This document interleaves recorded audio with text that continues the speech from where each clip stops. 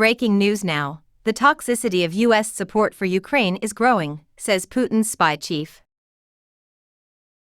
Sergei Naryshkin cautioned that American aid to Ukraine could be toxic.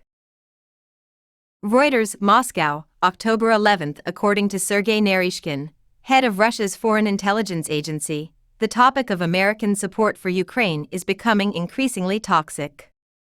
He believes that these differences will widen as we move closer to the presidential election in 2020.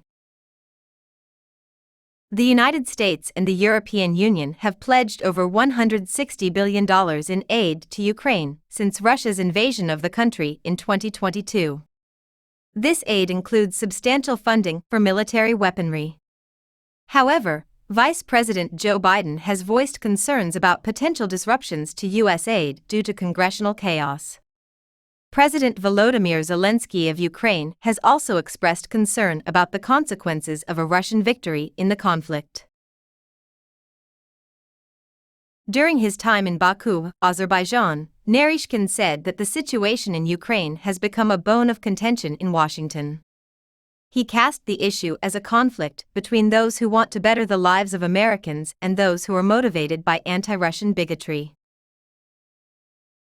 Russian President Vladimir Putin is reportedly betting that the United States will lose interest in Ukraine in the face of other global crises, in the hopes that this will weaken American resolve.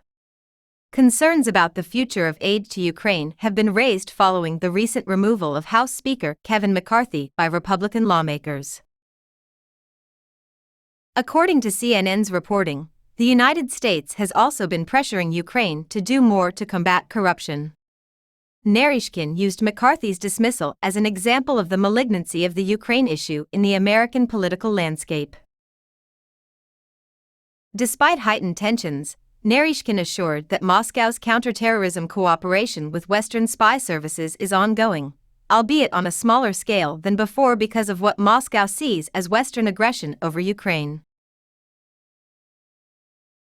Moscow claims that it is conducting defensive operations in Ukraine in response to what it sees as Western aggression.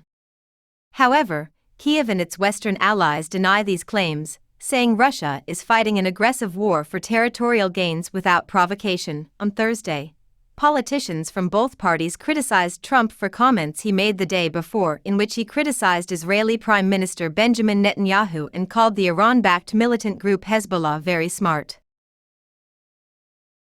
On Wednesday, he addressed his supporters in West Palm Beach, Florida, and commented on the recent Hamas attacks on Israel. These attacks have been the worst in half a century for America's closest ally in the Middle East. After Hamas fighters from Gaza attacked border areas in southern Israel, Hezbollah, a Lebanese Shiite group, clashed with Israeli forces, raising concerns that the country could be drawn into a conflict on a second front. Mr. Trump remarked, "You know, Hezbollah is very smart. It's true that they're all very smart." Fox News radio host Brian Kilmeade criticized Israeli Prime Minister Benjamin Netanyahu on Thursday's episode of The Brian Kilmeade Show, claiming that Israel's intelligence failures had made the country vulnerable to the massive attack, kidnappings, and civilian slaughter that had led up to the war.